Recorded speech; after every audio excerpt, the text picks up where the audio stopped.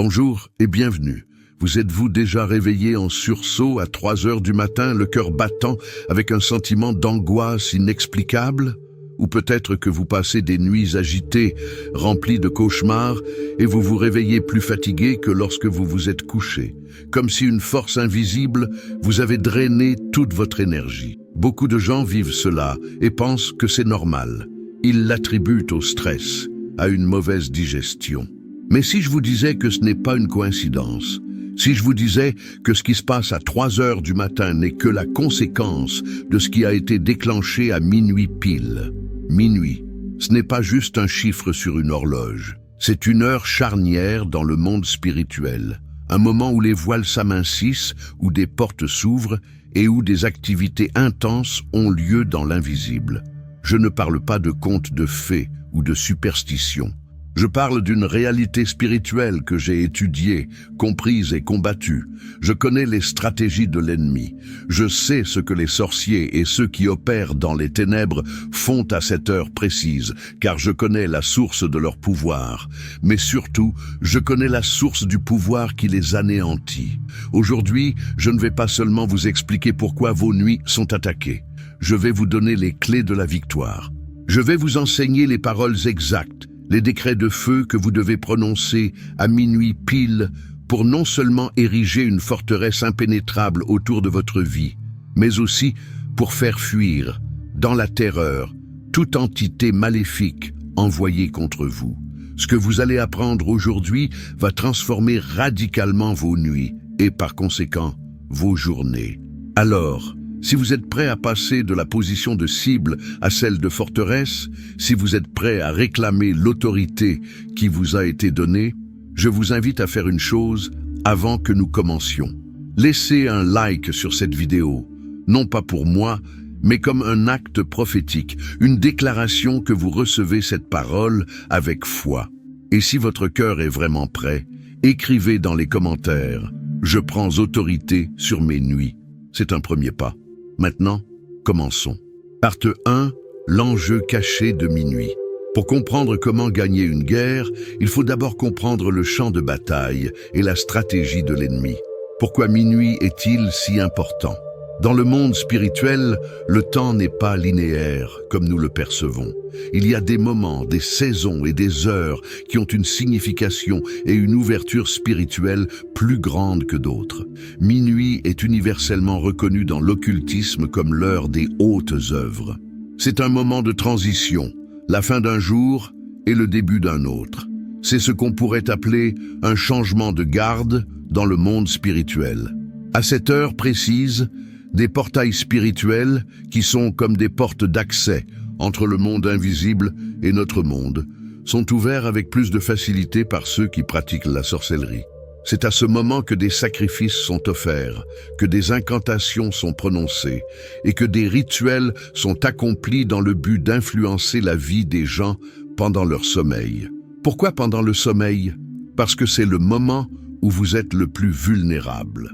Votre esprit conscient est au repos, vos défenses naturelles sont abaissées. C'est le moment idéal pour l'ennemi de venir planter ce que la Bible appelle l'ivraie. Concrètement, que se passe-t-il? À minuit, des paroles sont prononcées contre votre santé. Des charmes sont jetés pour créer la confusion dans votre esprit, pour briser vos relations, pour bloquer vos finances. Des esprits familiers, qui sont des démons de bas niveau attachés à des lignées familiales ou à des objets, sont envoyés pour vous tourmenter. Ils viennent vous oppresser, vous étouffer dans votre sommeil, vous injecter des images dans vos rêves pour créer la peur, le doute, la luxure ou le découragement. Et c'est pour cela que tant de gens se réveillent soudainement entre 3 ans et 4 ans du matin. Ce n'est pas un hasard. Dans la symbolique spirituelle, c'est souvent l'heure où le travail des ténèbres atteint son apogée, où la flèche lancée à minuit frappe sa cible. Ce sentiment d'angoisse, cette suffocation, cette terreur nocturne, ce n'est pas votre imagination. C'est la manifestation d'une attaque qui a été commanditée et lancée 3 heures plus tôt. L'ennemi opère dans le secret. Il veut que vous pensiez que votre fatigue chronique, vos échecs répétitifs, vos disputes constantes ou votre mauvaise santé sont normaux. Mais aujourd'hui, La lumière est faite sur cette stratégie. Vous comprenez maintenant que vos nuits sont un champ de bataille. Et la bonne nouvelle, c'est qu'on ne vous a pas laissé sans armes. Part 2, minuit dans la perspective divine. Si minuit est une heure stratégique pour les ténèbres, c'est aussi et surtout une heure stratégique pour le royaume de Dieu. La Bible elle-même nous montre que minuit n'est jamais une heure anodine. C'est une heure de jugement, mais aussi une heure de libération spectaculaire. Pensez à l'histoire de Paul et Silas dans le livre des Actes, au chapitre 16. Ils étaient en prison, dans la cellule la plus profonde, les pieds et les mains enchaînés. Humainement, leur situation était désespérée. Et que s'est-il passé? Le verset 25 nous dit « Vers le milieu de la nuit, Paul et Silas priaient et chantaient les louanges de Dieu. » Vers le milieu de la nuit, à minuit, à l'heure où les ténèbres semblaient avoir le plein contrôle, au plus profond de leur souffrance, ils n'ont pas murmuré, ils n'ont pas eu peur. Ils ont choisi d'ouvrir la bouche pour prier et louer. Et qu'est-il arrivé? Tout à coup, il se fit un grand tremblement de terre, en sorte que les fondements de la prison furent ébranlés. Au même instant, toutes les portes s'ouvrirent et les liens de tous les prisonniers furent rompus. Comprenez-vous la puissance de ceci? À l'heure même où l'ennemi pense avoir gagné, les paroles de louange et de prière prononcées par des enfants de Dieu ont déclenché une puissance divine qui a provoqué un tremblement de terre, ouvert les portes et brisé les chaînes. Vos paroles, à minuit, ont le même potentiel. Un autre exemple biblique puissant, la nuit de la Pâque en Égypte. Dans le livre de l'Exode, chapitre 12, verset 29, il est écrit « Au milieu de la nuit, l'Éternel frappa tous les premiers-nés dans le pays d'Égypte. L'ange destructeur est passé à minuit. Minuit n'était pas une heure choisie au hasard. C'était une déclaration de souveraineté divine. Mais ce qui est fascinant, c'est que pendant que le jugement tombait sur les ennemis de Dieu, son peuple était en sécurité, protégé par le sang de l'agneau sur les linteaux de leurs portes. Ces deux récits nous enseignent une vérité fondamentale. Minuit est une heure de confrontation. C'est un champ de bataille où deux royaumes s'affrontent. Et ce que vous faites ou ne faites pas, ce que vous dites ou ne dites pas, à ce moment précis, détermine quelle autorité prévaudra sur votre vie, votre maison et votre famille pour les 24 heures à venir. Votre silence à minuit est un consentement passif aux activités des ténèbres. Votre parole, en revanche, est une déclaration de guerre et une activation de la protection divine. Part 3.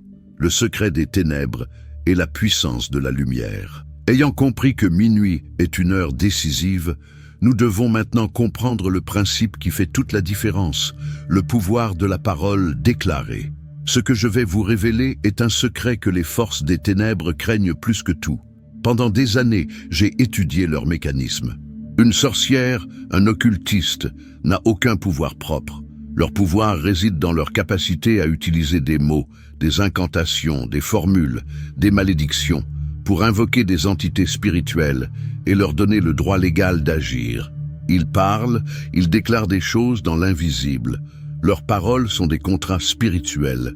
Maintenant, voici le contraste explosif. Alors que la sorcière, à minuit, est dans un coin sombre en train de murmurer des incantations pour lier votre vie, vous, l'enfant du Dieu très haut, avez accès à une puissance infiniment supérieure. Le problème, c'est que beaucoup d'enfants de Dieu sont silencieux. Ils subissent les attaques sans savoir qu'ils possèdent dans leur bouche une arme nucléaire spirituelle. Le secret que les sorcières craignent n'est pas une formule magique. C'est l'autorité du nom de Jésus dans la bouche d'un croyant qui sait qui il est. Quand vous parlez, ce ne sont pas de simples mots, ce sont des décrets. Quelle est la différence? Une incantation tente de manipuler des forces. Un décret, prononcé par un fils ou une fille du roi, applique une loi déjà établie au ciel. Vous ne demandez pas, vous ordonnez. Vous ne négociez pas, vous légiférez. Quand vous déclarez la parole de Dieu, vous ne faites pas que prononcer des syllabes.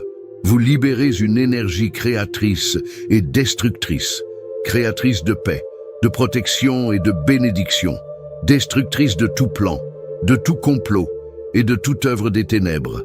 Pensez à cette image. La bouche d'un sorcier est un portail pour les démons.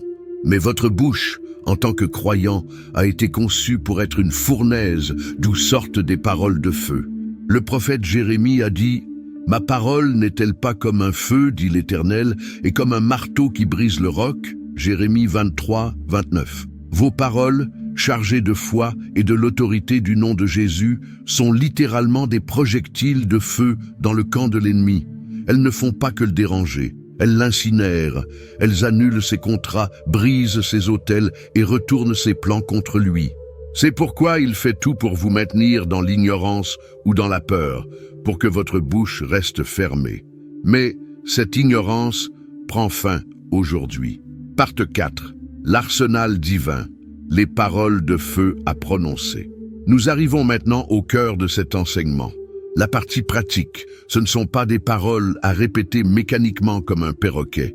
Ce sont des décrets à prononcer avec foi, avec conviction, avec l'autorité d'un ambassadeur du royaume des cieux.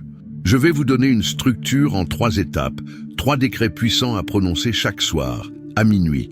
Prenez 2 à 3 minutes. Allez dans un endroit calme. Et même si vous devez le faire à voix basse, prononcez ces paroles avec une voix ferme. Le premier décret, la fermeture des portes et l'annulation des contrats.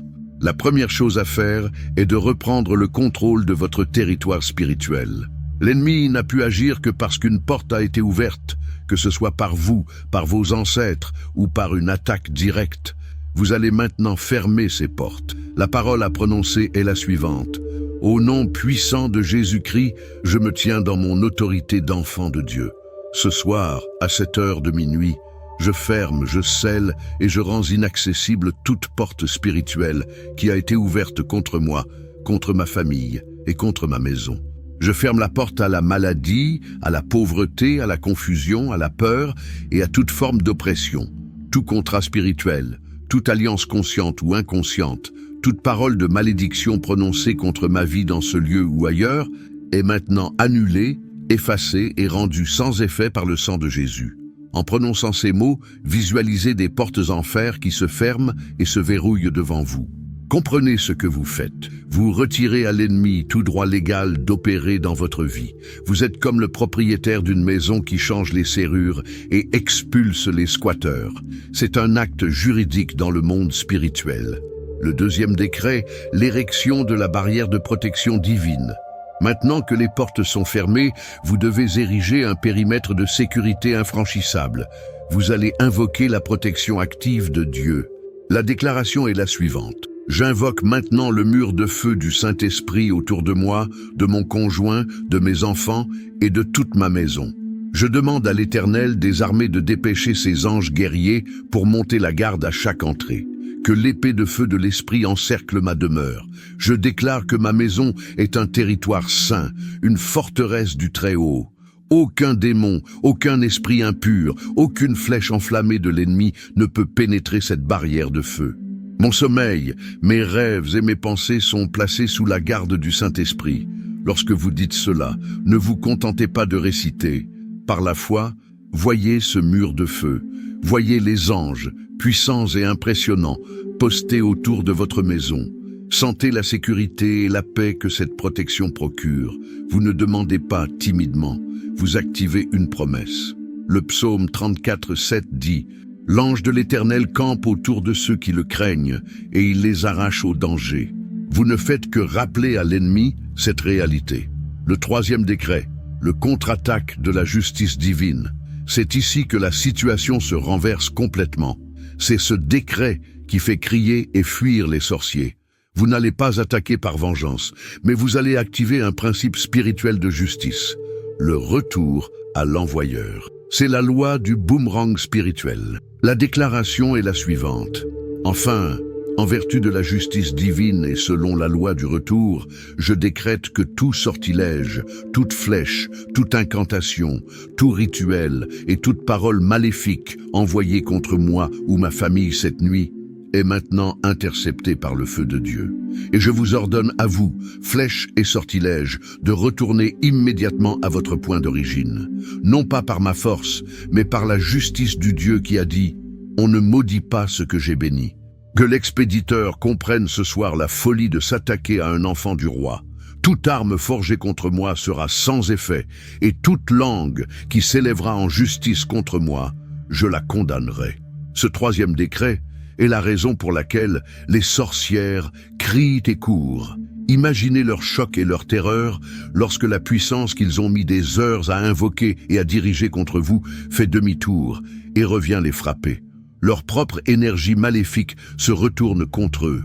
C'est la défaite la plus humiliante pour l'ennemi. Vous ne vous êtes pas battu avec ces armes. Vous êtes resté dans votre position d'autorité et vous avez laissé la justice de Dieu agir. Rappelez-vous, la clé est l'autorité. Vous n'êtes pas un mendiant qui espère obtenir quelque chose. Vous êtes le gouverneur d'un territoire qui applique la loi de son royaume. Parlez avec cette conviction. Parte 5. Les résultats inévitables et votre nouvelle autorité. Lorsque vous commencerez à mettre cette stratégie en pratique, soir après soir, avec foi et constance, des changements radicaux vont se produire. Ne vous attendez pas seulement à mieux dormir. Attendez-vous à une transformation complète de l'atmosphère spirituelle de votre vie. Premièrement, les attaques nocturnes cesseront. Les cauchemars, les sensations d'étouffement, les paralysies du sommeil disparaîtront. Pourquoi ? Parce que les entités qui venaient de vous tourmenter se heurteront à un mur de feu et à des anges en armes. Votre chambre à coucher deviendra une chambre de paix, un lieu de repos divin. Deuxièmement, ceux qui vous attaquent dans le monde spirituel perdront leur pouvoir contre vous. Leurs rituels échoueront. Pire pour eux, leurs propres armes se retourneront contre eux, les affaiblissant et leur faisant comprendre qu'ils ont touché à la propriété privée de Dieu. Ils finiront par abandonner, car il est épuisant et dangereux d'attaquer une forteresse imprenable. Troisièmement, vous remarquerez un changement même pendant la journée. Vous vous réveillerez plein d'énergie, de clarté mentale et de force spirituelle. Les plans que l'ennemi avait pour votre journée, confusion, disputes, découragement, auront été déjoués à la racine pendant la nuit. Vous commencerez vos journées non pas en défense, mais en offensive, déjà victorieux. L'atmosphère de votre maison changera. La tension, les disputes, la lourdeur spirituelle seront remplacées par une présence palpable de paix et de joie. Votre maison deviendra un refuge, un havre de paix, non seulement pour vous, mais aussi pour ceux qui vous rendront visite. Et voici la vérité la plus profonde. Quand vous prononcez ces décrets, ce n'est plus simplement vous qui parlez. C'est l'Esprit de Dieu qui parle à travers vous. C'est sa puissance qui est libérée. C'est son autorité qui est manifestée. Et c'est pour cela que les forces des ténèbres ne peuvent pas résister.